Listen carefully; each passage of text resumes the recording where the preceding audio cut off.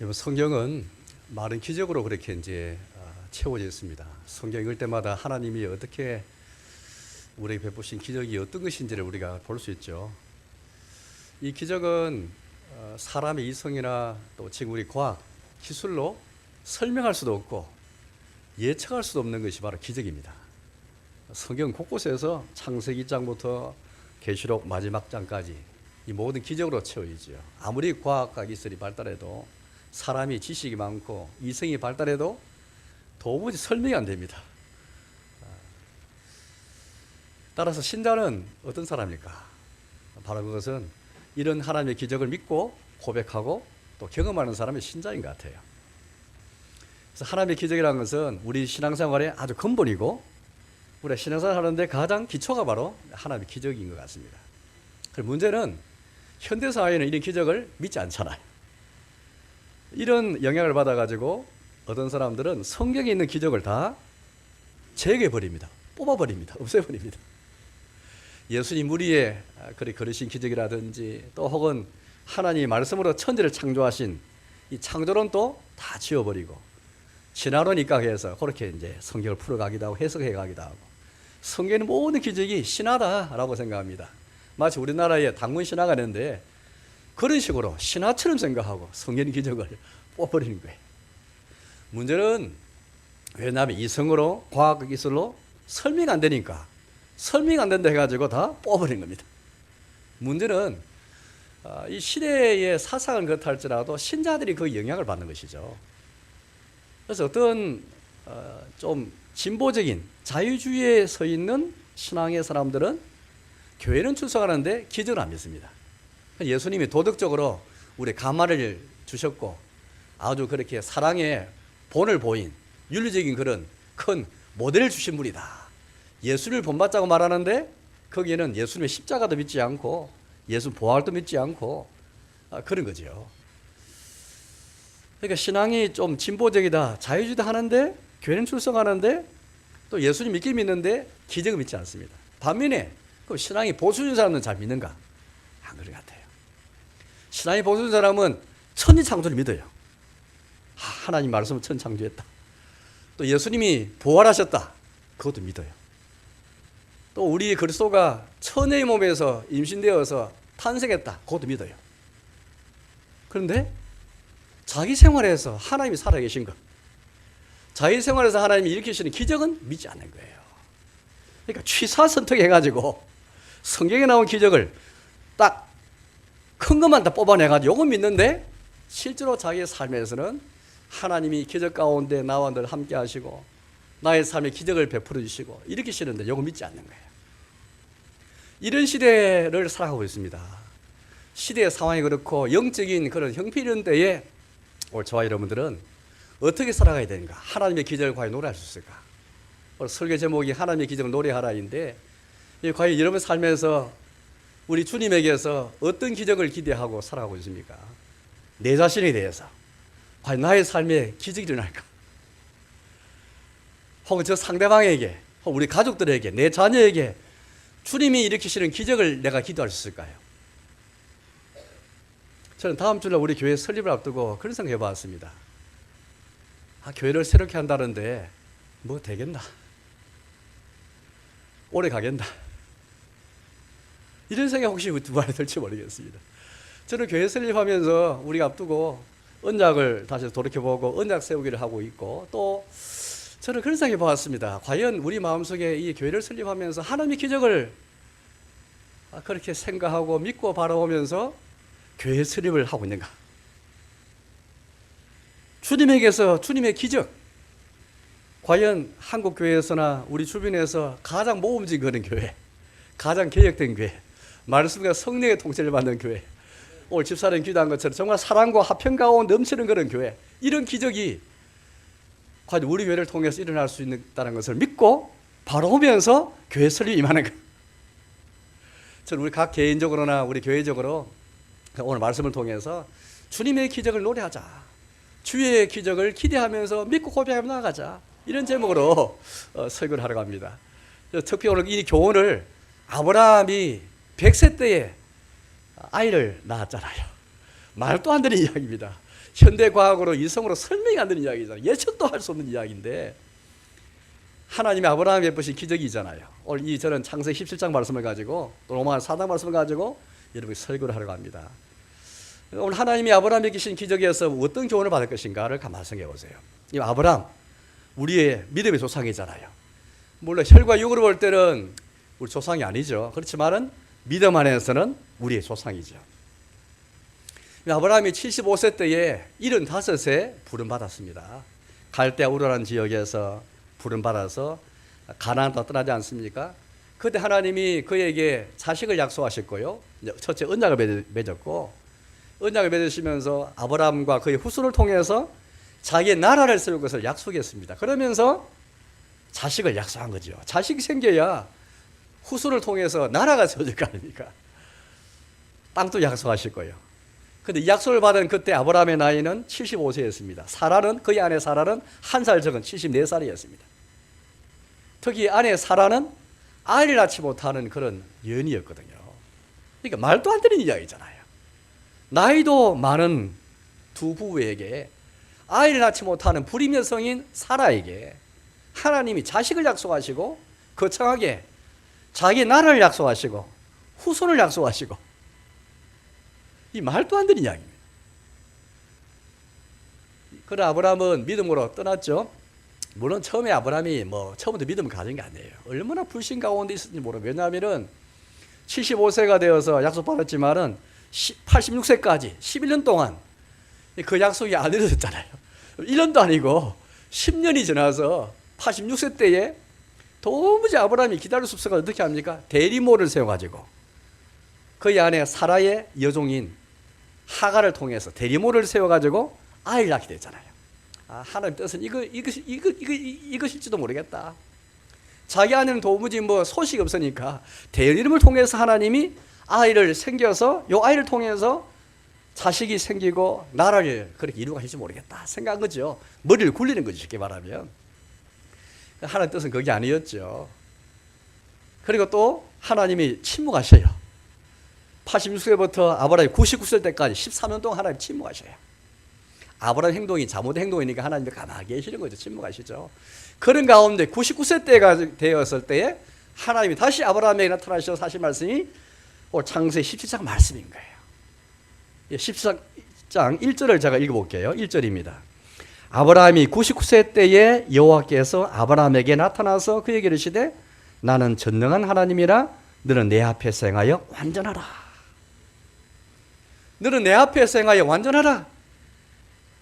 하나님이 75세 때에 그를 불러가지고 언약 맺으시면서 약속 주시는데 그 약속을 못 믿어가지고 물론 기다리는 게 정말 쉽지 않잖아. 여러분 지금 우리 시대는 시간이 다 돈이고 빛의 속도로 우리 지금 진행되고 있잖아요. 모든 삶이 빛의 속도만큼 빠르게 가잖아요. 문자도 빨리 보낼 수 있고 메일도 빨리 보내고 핸드폰으로 소식이 빨리 가고 이런 시대에 10분 1시간이 돈으로 환산하면 이게 조금만 시간을 이렇게 이루지 못하면 허비한다 생각하고 야 시간 아깝다. 시간 허비한다라고 말하잖아요. 아브라함이 보낸 시간이 75세부터 86세까지 또 99세까지 20년이죠. 20년. 20년 세월이 아브라함에게 그냥 무익한 시간이었을까? 빛의 속도로 살아가는 우리에게 하루도 아니고 1년도 아니고 20년 지났으니까 아브라함이 20년을 그냥 아무 의미 없이 아무 그냥 유익도 없이 그래 보냈을까? 아니에요. 하나님은 20년 지나면서 아브라함이 때로 불신 가운데 있기도 하지만 그 모든 시간을 통해서 이 기다림의 시간이 의미가 없는 시간이 허비가 되는 시간이 아니고 그걸 통해서 믿음을 다 갖게 하신 것이죠. 어쨌든 오늘 99세에 나타나셔서 하나님 다시 한번 20년 전에 했던 그 언약의 말씀을 다시 한번 하시며 상기시키시면서 다시 확인하시는 거죠. 그래서 제일 마지막에 어떻게 하셔요? 할례를 할례는 언약의 표예요. 너의 몸에 신체 일부를 잘라내어라. 언약의 표니라. 그렇게 말씀하시면서 확실하게 우리 하나님이 아브라함과 한 약속을 상기시키고 확정해 주시고 평가 주시는 거예요. 드디어 아브라함이 아이를 낳습니다. 1년 뒤죠.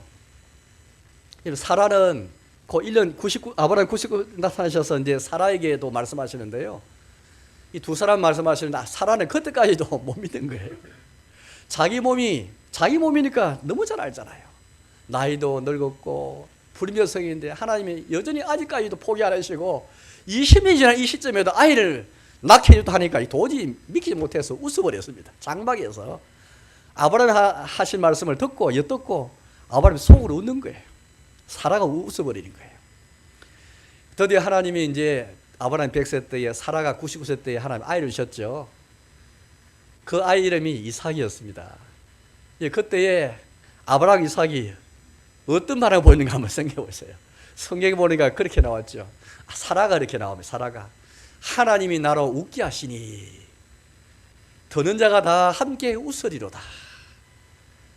여러분, 우리 시대 과학과 기술이 그렇게 이렇게 주도하고 또 우리의 어떤 생각으로 예측이 가능한 시대는 웃음이 있을 수가 없어요. 예측할 수 없는 일이 생길 때 웃음이 생기고, 이성으로 과학기술로 도무지 설명이 안 될 때, 뭐 사건이 벌어졌을 때 이게 우리의 경탄이 일어나고 감사가 나오고 놀라움이 생기고 거기에 주를 향한 경배가 나타나는 거죠. 초민이 생기는 거죠. 아브라함과 사라는 100세 때 정말 예상할 수 없던 도무리 인간의 생각, 이성으로 생각도 못했던 그런 아이가 마치 하나님 약속 가운데 태어나니까 너무너무 좋아가지고 하나님이 나를 웃게 하셨다. 듣는 자가 다 함께 웃으리로다. 하나님이 이 가정에 기적을 베푸셔서 웃음을 주셨고 듣는 자가 다 함께 웃어버렸고, 이건 경탄과 놀라움과 기이함에 대한 감사였죠. 함께 춤이 나왔을지도 모르겠습니다. 나 잔치까지 벌이게 되잖아요. 여러분, 이때부터 아브라함의 후손들인 이스라엘 민족들은 그대 시편이라든지 여러 성경을 통해 보면은 하나님의 기적을 늘 경험했더랬습니다. 비록 아브라함이 이 경험했지만은 이 후손들은 늘 아브라함이 베푸신 그 기적들, 아브라함뿐 아니라 그들의 모든 조상들이 베푸신 그 기적들, 이걸 생각하면 늘 그렇게 찬송하고 늘 그렇게 하나님 앞에 노래 부르거든요. 시편 105편 보니까 유명한 그 시편인데 제가 한번 읽어보겠습니다. 이런 이제 말씀이 나오거든요. 특히 시편 105편은 아이들이 요한세례 줄 때에 이 말씀을 많이 인용하거든요. 이런 말씀이 있습니다. 특히 제가 5절 읽어보겠습니다. 시편 105편 5절인데요. 5절부터 해서 10절까지 읽어보겠습니다. 5절입니다. 들어보십시오. 그의 종 아브라함의 후손 곧 택하신 야곱의 자손 너희는 그가 행하신 기적과 그의 이적과 그의 입의 판단을 기억할지어다. 그러니까 아브라함의 후손인 너희가 지금 하나님의 기적을, 아브라함의 보신 기적을 노래하라. 그 이적을 기억하면서 노래하라, 그 말씀이죠. 7절입니다. 그는 여호와 우리 하나님이시라. 그의 판단이 온 땅에 있도다. 8절입니다. 그는 그의 언약 곧 천대에 걸쳐 명령하신 말씀을 영원히 기억하셨으니 이것은 아브라함과 맺은 언약이고 이삭에게 하신 맹세이며 야곱에게 세우신 율례 곧 이스라엘에게 하신 영원한 언약이라. 시편은 원래 노래고 찬송이잖아요. 여러분, 이스라엘 백성에게는 항상 경배, 예배가 있고 찬송이 있잖아요. 시가 있었고 노래가 있었습니다. 뭘 노래하고 또 그 시의 내용은 무엇이 있을까? 주님의 기적이었죠. 특별히 시편 105편은 이들의 조상들인 아브라함의 후손으로서 아브라함과 이삭과 야곱에게 베푸신 그 기적을 노래하면서 그도가 맺은 언약을 기억하시면서 베푸신 그 기적, 그걸 찬송하는 겁니다. 그래서 이스라엘 백성의 역사를 보십시오. 항상 주님의 이 기적을 노래하지 않은 때가 없었습니다. 물론 때로 타락할 때, 부패할 때는 이게 노래가 식어지기도 했지만, 그러나 늘 일관된 것은 주님의 기적을 늘 경험하고 이걸 기대하고 바라보고 고백하고 찬송하면서 이 주님의 기적 때문에 웃으면서 감사하면서 경배하며 살았거든요. 이게 주님의 교회 역사인 것입니다. 특별히 오늘 로마서 4장 말씀 읽었잖아요. 로마서 4장은 아브라함이 계신 기적을 가장 웅변적으로 설명하고 해설한 것이 바로 로마서 4장입니다. 창세기 17장 21장에 나타난 아브라함이 자식을 낳았는데 그 아브라함이 주신 그 기적에 대해서 어떻게 해석하고 있는가? 그럼 제가 다시 한번 16절 읽어보겠습니다. 로마서 4장 16절. 그러므로 상속자가 되는 그것이 은혜에 속하기 위하여 믿음으로 되나니 이런 그 약속을 그 모든 후손에게 굳게 하려 하심이라. 율법에 속한 자에게 뿐만 아니라 아브라함의 믿음에 속한 자에게도 그러하니 아브라함은 우리 모든 사람의 조상이라. 이 어려운 말들이 많이 나오는데요. 쉽게 말하면 이렇습니다. 아브라함에게 주신 그 백세가 되은 아브라함, 불임 여성이 아내인 이들 부부에게 주신 그 아들 탄생의 기적인데, 이건 현대과학이나 기술과 이성으로도 설명도 예측 안 되는 거죠. 그러니까 무슨 말로 설명합니까? 바울이, 이 로마서는 바울이 기록했는데요. 사도 바울이 무슨 말로 기록합니까? 은혜. 16절 보십시오. 은혜란 말이 나오고요, 믿음이 말이 나오고, 그러니까 은혜, 믿음, 이런 말 외에는 설명할 길이 없는 거예요. 어떻게 여러분들 100세가 된 이 아브라함에게, 늙은이에게, 불임의 성이 아내인 그에게 어떻게 이 아이에게 탄생하셨단 말입니까? 이건 은혜가 아니고는 믿음이 아니고는 설명할 길이 없는 거죠. 특히 17절 말씀을 읽어보겠습니다. 17절은 같이 읽어보겠습니다. 로마서 4장 17절 같이 읽겠습니다. 시작. 기록된 바 내가 너를 많은 민족의 조상으로 세웠다 하심과 같으니 그가 믿은 바 하나님은 죽은 자를 살리시며 없는 것을 있는 것으로 부르시는 이시니라. 아멘. 이겁니다, 여러분들. 아브라함이 믿었던 하나님이 어떤 분인가? 17절 끝에 보니까 그가 믿은 바 하나님은 죽은 자를 살리시며 없는 것을 있는 것으로 부르시는 이시니라. 비결은 바로 여기에 있습니다. 우리가 믿는 하나님은 결국 하나님에게 기적을 기대할 수 있는 것은 이거죠. 죽은 자를 살리시고 없는 것을 있는 것으로 부르시는 하나님이시기 때문에 그 하나님의 기적을 기대하는 거예요. 아무리 신앙이 보수적이 할지라도 이 신앙이 없으니까 예수님 부활을 믿는데, 천리창조를 믿는데, 예수님의 동료는 탄생을 믿는데 이제 삶 속에서 하나님의 기적을 기대하지 못하거든요. 자유주의 진영에 있던 보수의 진영에 있던 간에 하나님 오늘 이 말씀을 통해 다 책망하고 계셔요. 오늘 여기 안에 우리 모두를 다 책망하고 계실지 모르겠습니다. 과연 너희가 부활을 믿는데, 창조를 믿는데, 과연 너희들의 모든 삶 속에서 죽은 자를 살리시고 없는 것이 있는 걸 부르시는 이 하나님을 내가 믿고 의지하며 그 하나님에 의해서 기적을 기대하며 살아가는가? 사실 아브라함에 나타난 기적은 어떤 면에서 아브라함 믿음 이전에 하나님의 신실하심이죠. 아브라함이 계속해서 어떤 면에서 불신을 늘 가져왔지 않습니까? 하나님, 나는 늙었습니다.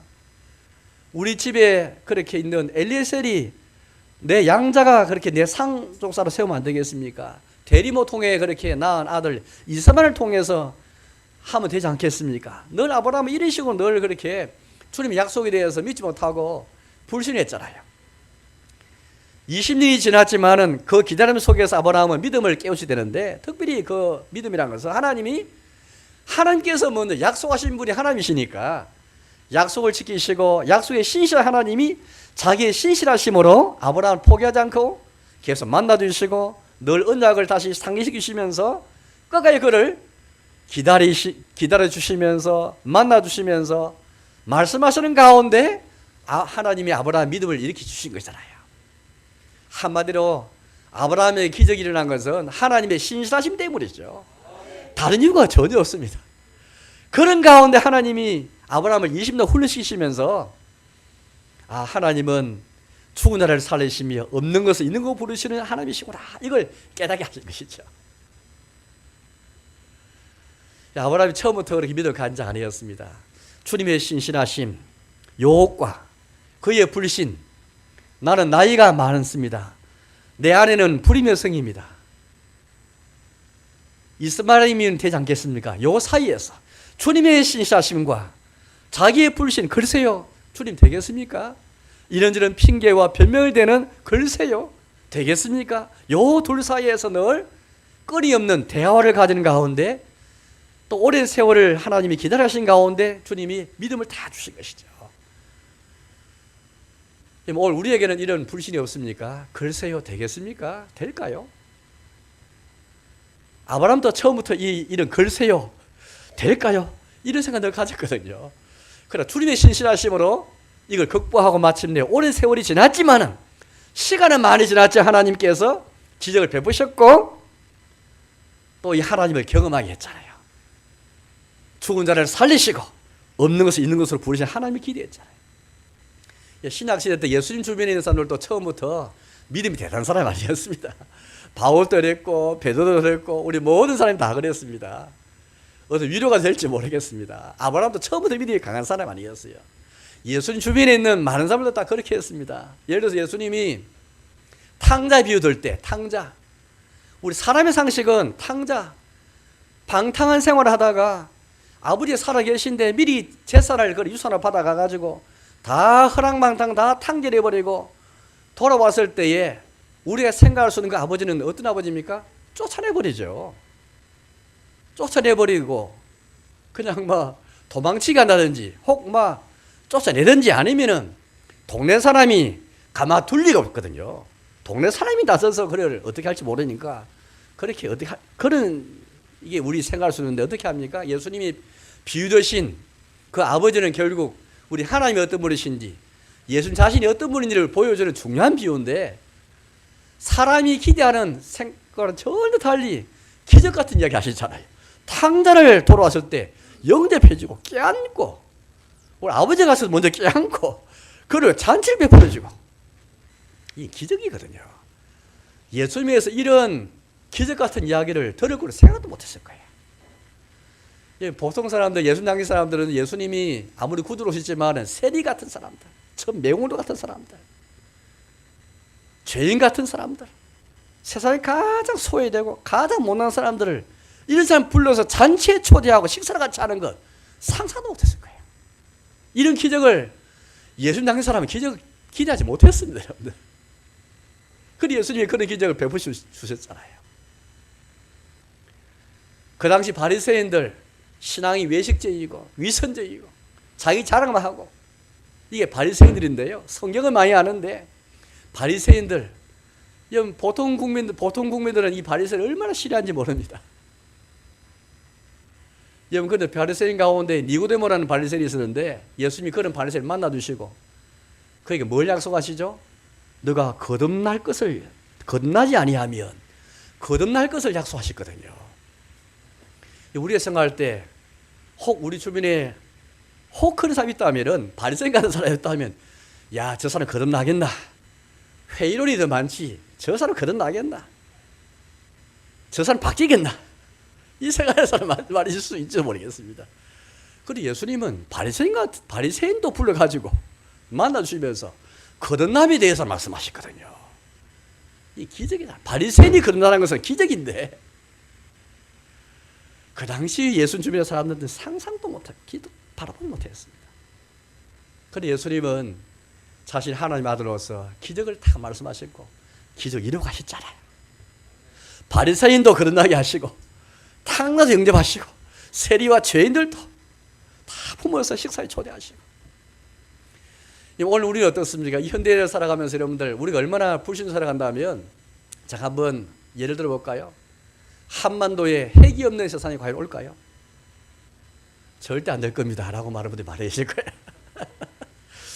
우리 학생 입장에서 야 공부하기 싫은데 입시 지옥이 없는 사회 꿈꿀 수 있을까? 절대 안 된다는 분들이 대부분일 거예요. 입시 지옥이 사라지는 사회, 과연 공평과 정의만 있는 사회, 이 정말 기적인데 이 기적을 꿈꿀 수 있겠습니까, 여러분들? 우리가 때문에 이 기적을 생각도 못 하잖아요. 요것만 딱 바라보면은 아브라함이 자기 몸에서 아이가 난다.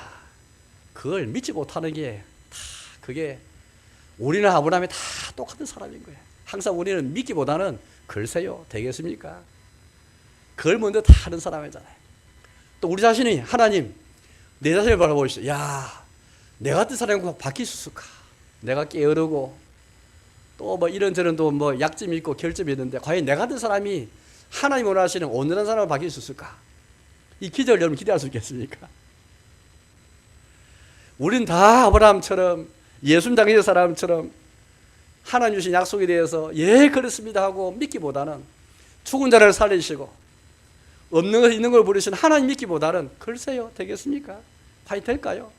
내 자신을 생각하거나 우리 가족을 생각하거나 교회에 대해서나 가족에 대해서도 기적을 기대하지 않고 나에 대해 기적 기대하지 않고 교회에 대해 기대하지 않고 결국 여러분들 주님의 기적을 기대한다는 것은 다른 말로 하면 어떤 의미일까요? 그게 무슨 뜻일까요?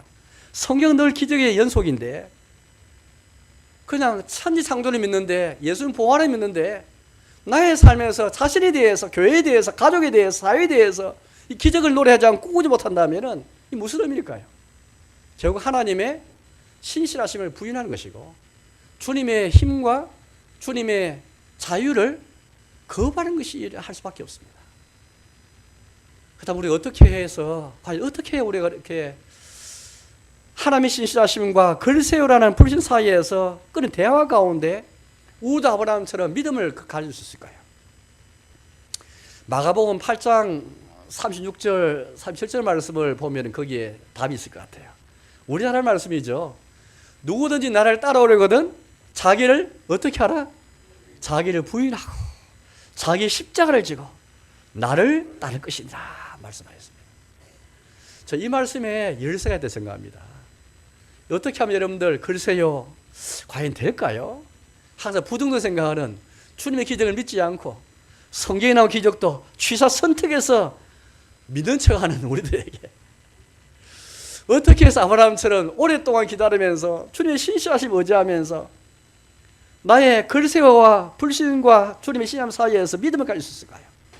결국 나 자신을 내려놓는 것밖에 없는 것 같아요. 자기를 부인한 길 외에는 글쎄요라는 이 생각, 될까요? 라는 이 불신의 생각, 이걸 다 부인하는 겁니다. 자기를 부인하고 이 자기 안에는 나의 불신, 글쎄요, 될까요? 이걸 다 부인하는, 자기를 부인하고 자기 십자가를 지고 나를 따라야 나의 제자가 될 것이다. 이게 예수님이 하신 말씀이잖아요. 이제 말씀 맺도록 하겠습니다. 말씀 맺으면서 몇 가지 적용을 해보겠습니다. 여러분 우리 각자를 한번 생각해 보시죠. 내 자신을 한번 생각해 보시죠. 과연 나에게서 주님이 이렇게 시고자 하는 기적을 과연 나에게서 내가 기도할 수 있겠는가? 내 자신에게 여러분, 야, 내 같은 사람도 변화될 수 있을까요? 하루 내 같은 사람이 이제 올해 새해를 맞았고 교회를 설립하면서 내가 좀 더 그렇게 신앙이 더 좋고 더 야고보서 우리 그때 말씀 보고서 온전한 사람이 될 수 있을까요? 또 우리 가족 한번 생각해, 가족. 내 자녀를 생각해 보시죠. 내 친구를 생각해 보시고 또 내가 싫어하는 사람이나 나와 나의 친구들이나 내 주변에 있는 가까운 사람을 생각해 보시죠. 야, 저 사람 변할 수 있을까? 우리는 먼저 글쎄요, 그럴까요? 정말 될까요? 요거부터 생각하는데 마가복음 8장에서 주님이 주신 말씀처럼 이런 자기를 부인하고 글쎄요, 될까라는 것을 부인. 성경은 말은 기적으로 그렇게 이제 채워져 있습니다. 성경 읽을 때마다 하나님이 어떻게 우리에게 베푸신 기적이 어떤 것인지를 우리가 볼 수 있죠. 이 기적은 사람의 이성이나 또 지금 우리 과학, 기술로 설명할 수도 없고 예측할 수도 없는 것이 바로 기적입니다. 성경 곳곳에서 창세기 1장부터 계시록 마지막 장까지 이 모든 기적으로 채워지죠. 아무리 과학과 기술이 발달해도 사람이 지식이 많고 이성이 발달해도 도무지 설명이 안 됩니다. 따라서 신자는 어떤 사람일까? 바로 그것은 이런 하나님의 기적을 믿고 고백하고 또 경험하는 사람이 신자인 것 같아요. 그래서 하나님의 기적이라는 것은 우리 신앙생활의 아주 근본이고 우리가 신앙생활 하는데 가장 기초가 바로 하나님의 기적인 것 같습니다. 그런데 문제는 현대사회는 이런 기적을 믿지 않잖아요. 이런 영향을 받아가지고 어떤 사람들은 성경에 있는 기적을 다 제거해버립니다. 뽑아버립니다. 없애버립니다.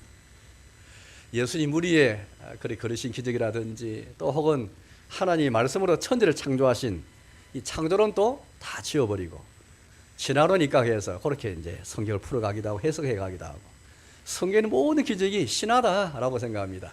마치 우리나라에 당군 신화가 있는데 그런 식으로 신화처럼 생각하고 성경 기적을 뽑아버리는 거예요. 문제는 왜냐하면 이성으로 과학 기술로 설명 안 되니까 설명 안 된다 해가지고 다 뽑아버린 겁니다. 문제는 이 시대의 사상은 그렇다 할지라도 신자들이 그 영향을 받는 것이죠. 그래서 어떤 좀 진보적인 자유주의에 서 있는 신앙의 사람들은 교회는 출석하는데 기적을 안 믿습니다. 예수님이 도덕적으로 우리 가마를 주셨고 아주 그렇게 사랑의 본을 보인 윤리적인 그런 큰 모델을 주신 분이다. 예수를 본받자고 말하는데 거기에는 예수님의 십자가도 믿지 않고 예수 부활도 믿지 않고 그런 거죠. 그러니까 신앙이 좀 진보적이다, 자유주의다 하는데 교회는 출석하는데 또 예수님 믿긴 믿는데 기적을 믿지 않습니다. 반면에 그 신앙이 보수적인 사람은 잘 믿는가? 안 그런 것 같아요. 신앙이 보수적인 사람은 천지창조를 믿어요. 하나님 말씀은 천지창조했다. 또 예수님이 부활하셨다. 그것도 믿어요. 또 우리 그리스도가 처녀의 몸에서 임신되어서 탄생했다. 그것도 믿어요. 그런데 자기 생활에서 하나님이 살아계신 것, 자기 생활에서 하나님이 일으키시는 기적은 믿지 않는 거예요. 그러니까 취사선택해가지고 성경에 나온 기적을 딱 큰 것만 다 뽑아내가지고 이건 믿는데 실제로 자기의 삶에서는 하나님이 기적 가운데 나와 늘 함께 하시고 나의 삶에 기적을 베풀어 주시고 일으키시는데 이거 믿지 않는 거예요. 이런 시대를 살아가고 있습니다. 시대의 상황이 그렇고 영적인 그런 형편이런 때에 오늘 저와 여러분들은 어떻게 살아가야 되는가? 하나님의 기적을 과연 노래할 수 있을까? 오늘 설교 제목이 하나님의 기적을 노래하라인데 과연 여러분 삶에서 우리 주님에게서 어떤 기적을 기대하고 살아가고 있습니까? 내 자신에 대해서 과연 나의 삶에 기적이 일어날까? 혹은 저 상대방에게, 혹은 우리 가족들에게, 내 자녀에게 주님이 일으키시는 기적을 내가 기도할 수 있을까요? 저는 다음 주날 우리 교회 설립을 앞두고 그런 생각 해봤습니다. 교회를 새롭게 한다는데 뭐 되겠나? 오래 가겠나? 이런 생각 혹시 두 번에 들지 모르겠습니다. 저는 교회 설립하면서 우리가 앞두고 언약을 다시 돌이켜보고 언약 세우기를 하고 있고 또 저는 그런 생각해 보았습니다. 과연 우리 마음속에 이 교회를 설립하면서 하나님의 기적을 그렇게 생각하고